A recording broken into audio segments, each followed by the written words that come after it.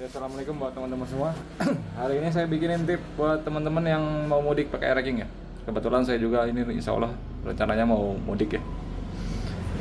Sebenarnya kalau buat Air-Racking, kalau ente mau prepare untuk mudik nggak usah harus nggak usah terlalu banyak gitu prepare-nya. Cukup hanya beberapa poin aja yang ente harus perhatiin biar nggak ada trouble di jalan gitu.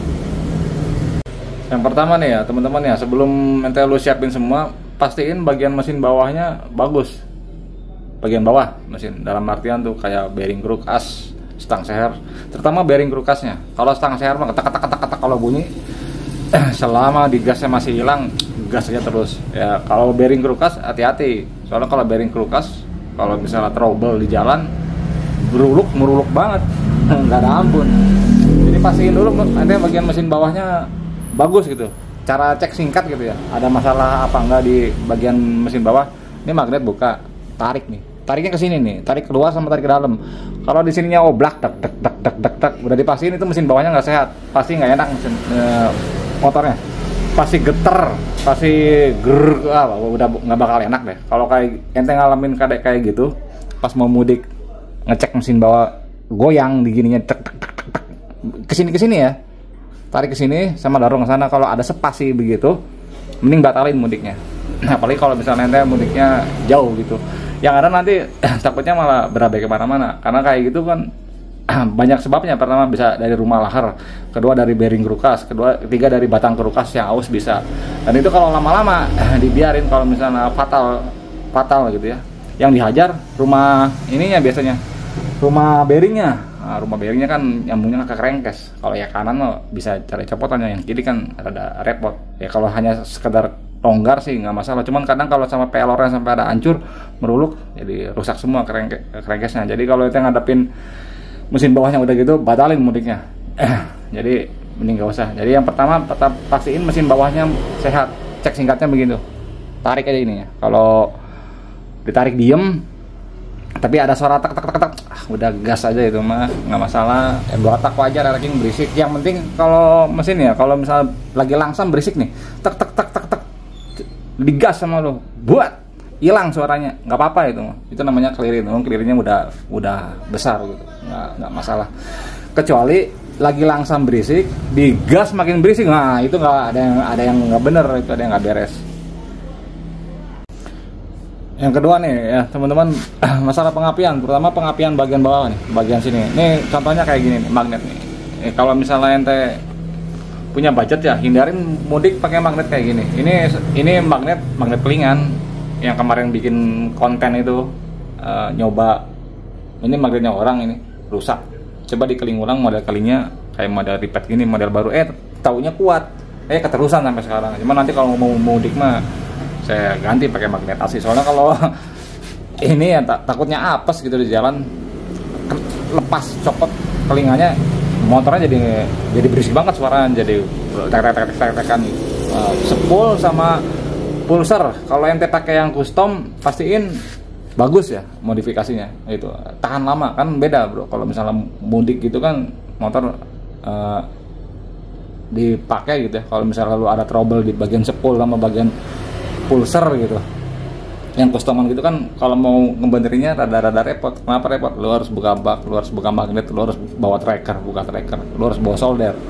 Jadi kalau kecenderungan saya, kalau misalnya lu mau mudik, mending pengapiannya kalau emang jauh jaraknya gitu ya, misalnya dari sini ke Surabaya gitu jauh, ya ganti aja pakai yang asli atau murah ini. Kecuali jarak dekat mah pakai custom nggak masalah gitu kan, lu bisa mayday ya. Kalau misalnya yang awam gitu, pakai yang custom gitu, mau ganti spool kan repot, harus berabe semua.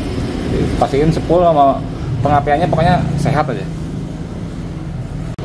Selanjutnya untuk CDI ya teman-teman, nih kalau bisa ya CDI ente pakai yang asli, apapun lu mereknya. Lu mau pakai kode 29M, lu mau pakai 3K AYIM, lu mau pakai 3K Amorik, atau mau pakai kayak gini 37J. Nah, ini punya Air-Racking, apapun terserah, yang penting asli. Kenapa? Karena CDI Air-Racking udah paling bagus sebenarnya. Dia di bawah auto advance-nya tinggi, atasnya mundur. Itu CDI 2 tak kayak begitu. Kadang suka yang bikin error ya, yang bikin trouble itu lu pakai CDI KW. Nah, kalau pakai CDI KW itu lemahnya ya, karena komponennya murah, SCR murah, kapasitor murah gitu ya. Dia nggak mau pulang, atasnya nggak mau turun.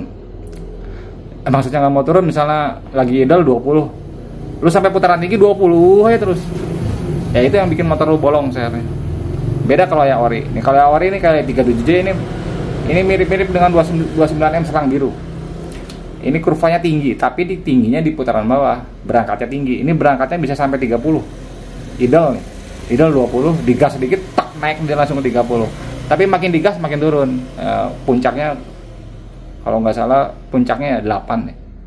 Puncaknya kalau bener-bener digas pol habis, cuman kalau dihabisin itu gasnya. Cuman kalau nggak dihabisin ya di bawah itu. 10, 11, 10, 11. Mau kalau dihabisin wah sampai habis, puncaknya sampai 8, aman di mesin. Beda dengan CDI KW. Kalau CDI KW dia nggak mau pulang. Coba aja lo beli. Banyak kan kejadian yang pakai CDI KW pada bolong seharusnya kan. Ya itu.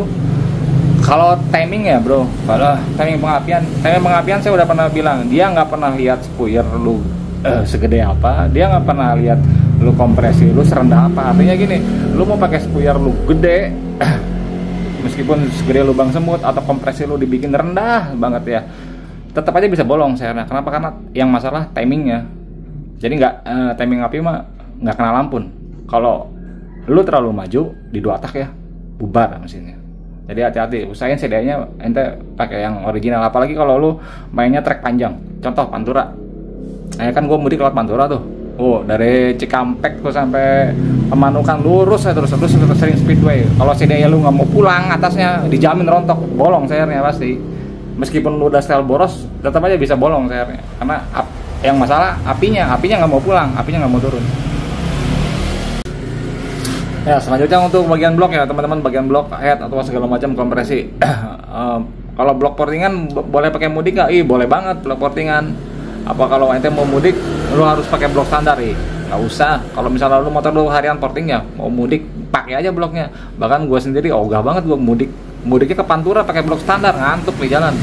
Iya, ngantuk muter jalan. Ya enakan pakai blok portingan. Nggak apa-apa, nggak masalah kalau blok mah.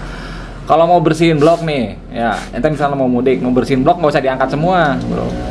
Cukup buka headnya aja. Nih, buka headnya, semprot pakai carbo cleaner. Makanya biasain kalau masang packing head, pokoknya semua packing di sini. Semua packing, mau packing head, packing blok, packing membran, packing bak, jangan pakai lem. Jadi ketika lu mau ngebersihin, mau ngangkat, mau buka blok, lu nggak main amplas. Kenapa? Yang bikin rusak packing itu ya rusaknya amplas. Kenapa harus diamplas? Karena ada lemnya. Nah, kalau nggak diamplas, lu tinggal buka, semprot pakai carbo cleaner, lap, hilang. Pasang lagi, bocor nggak? Dijamin nggak bakal bocor. Asal packingnya asli. Biasain jangan pernah dilem. Kalau packing mau tuh blok, head, membran, bak. Ini packing head berapa kali ya ini dibuka, buka head, nggak pernah ganti packingnya. Ya karena packingnya nggak pernah rusak. Ya kenapa nggak rusak? Karena nggak pernah ketemu amplas. Buka, ya pasang lagi, kencangin lagi, buka, pasangin lagi, kencangin lagi, udah aman. Jadi kalau ente bloknya portingan nggak masalah, aman, udah gas aja. Enakan pakai portingan blok kalau mudik mah. Apalagi lu mudiknya ya sama kayak gua di Pantura gitu ya, pakai blok standar. Ngantuk di jalan, nggak ada sensasinya. Membaca koran, nyeduh kopi atasnya kalau pakai blok standar. Kemudian nih, busi nih teman-teman. Nah kalau busi ini ente lihat sikon. Pertama misalnya lu mudiknya kemana nih? Misalnya saya dari Bogor, misalnya mau ke Indramayu gitu kan. Perbedaan cuacanya kan jauh ya, panas. Kedua, saya berangkatnya siang, otomatis panas, lebih panas. Nah kalau misalnya ente mau mudik kira-kira rutenya atau tempat yang tujuannya jauh lebih panas dari kota asal, atau lu berangkatnya siang gitu ya, ketemu trek panjang, ketemu mesin digeber terus, businya naikin 1 step angkanya. Contoh racing standar BP7 ya, naikin BP8. BP8 nggak apa-apa, BP9 pakai punya Ninja juga nggak masalah. Cuman kalau saya rekomendasiin ke teman-teman naikin 1 step aja. Soalnya kalau busi kalau terlalu dingin juga nggak bagus. Kalau terlalu dingin yang ada businya cepat mati. Contoh busi racing kan iridium racing tuh ya, itu kan busi dingin.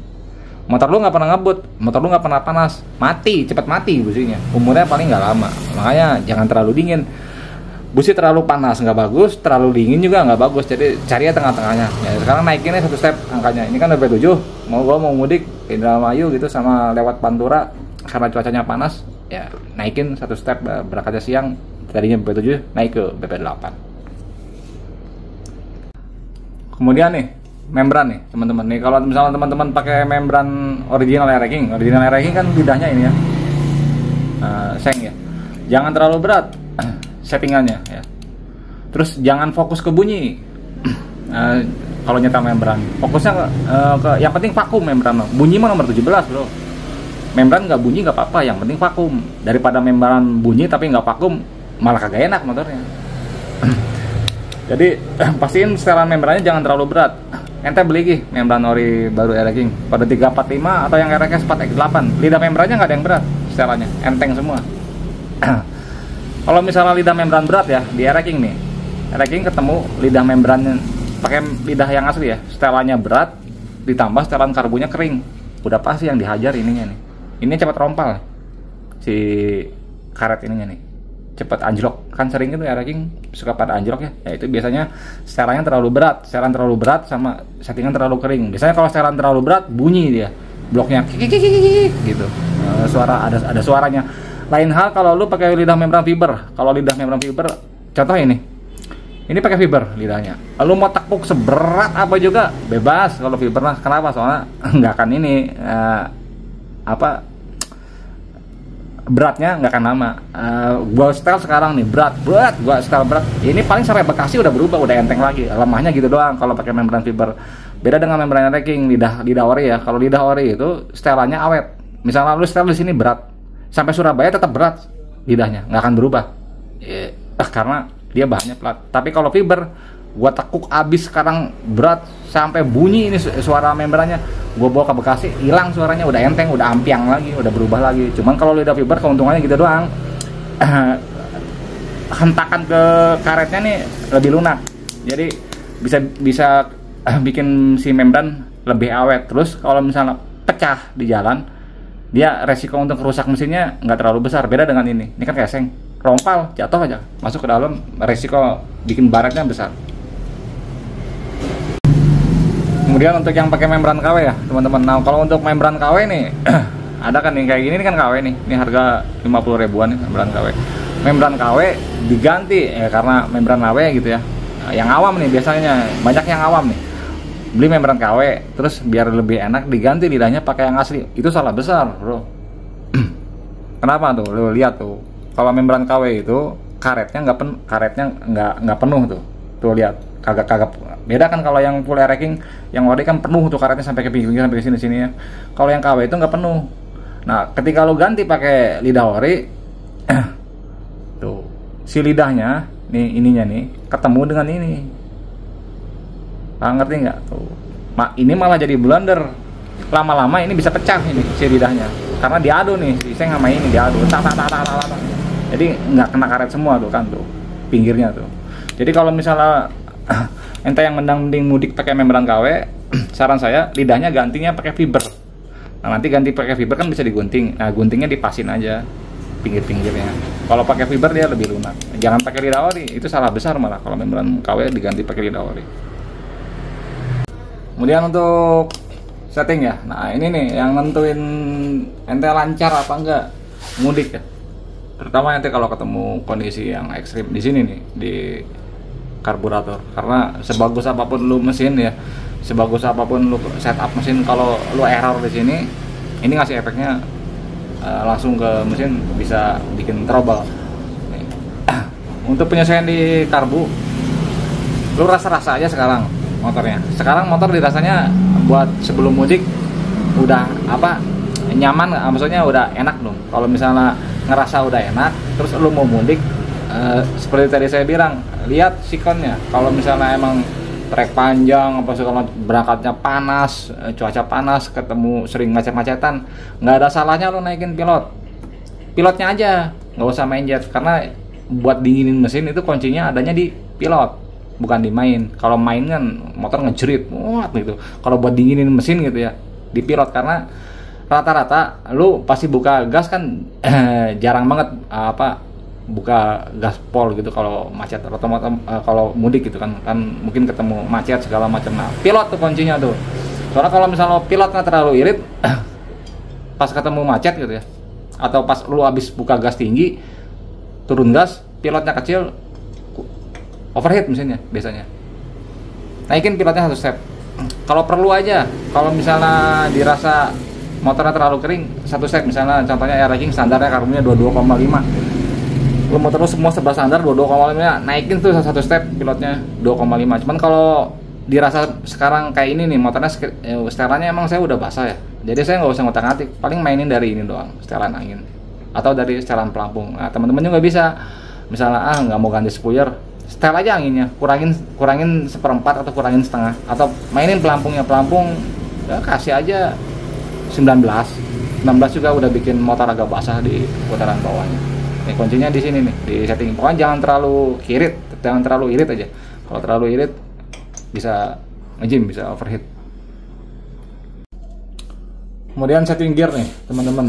Nah, setting gear sama lu lihat tracknya kemana. Atau misalnya ente domisili di Jakarta kan, serba macet, otomatis gearnya kan gak akan berat, enteng. Nah, lu mau mudik kemana, ke Surabaya gitu, ketemu jalur Pantura, kalau gear keentengan, trek lurus, sim motornya, kasihan, turunin gearnya biar agak berat sedikit, karena mesinnya teman-teman dia lebih bahaya sim dibandingkan keberatan gear.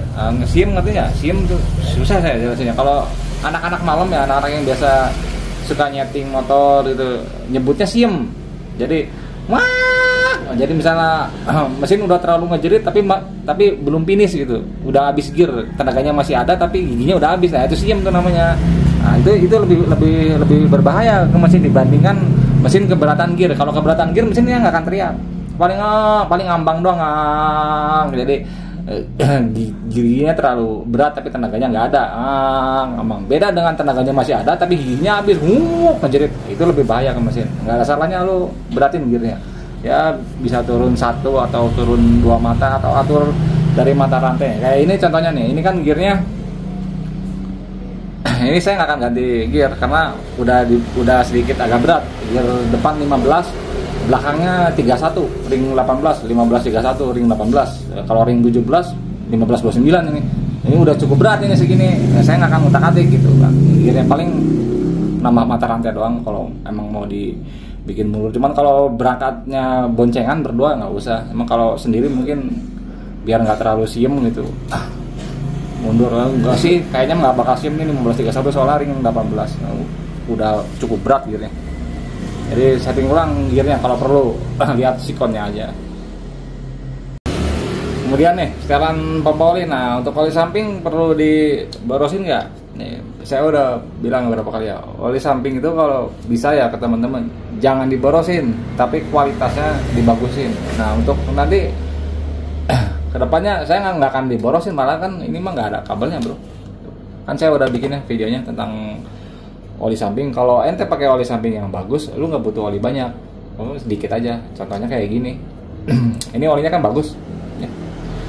Ya udah, ini setelannya ya bukan digantung, ya digantung, tapi digantungnya dalam posisi off, posisi diem, posisi mati gitu. Bukan mati maksudnya posisi paling irit tuh. Jalan mah jalan kalau dikasih kabel mah. Cuman saya biarin gini. Pede. Kenapa? Karena pertama oli oli sampingnya bagus. Tapi kalau misalnya ente pakai oli samping yang biasa-biasa aja gitu ya, yang kualitasnya ya nggak apa-apa, silakan mau ditambahin oli atau mau diborosin setelahnya silakan aja, nggak masalah. Kuncinya mah ya bro, sebagus apapun lu punya oli samping, di sini nih kuncinya nih. Lu pakai oli samping kayak gua yang ini 747 ya. Tapi kalau setelan motor lu kering, tetap aja berantakan mesinnya. Ini coba aja kalau lu nggak percaya.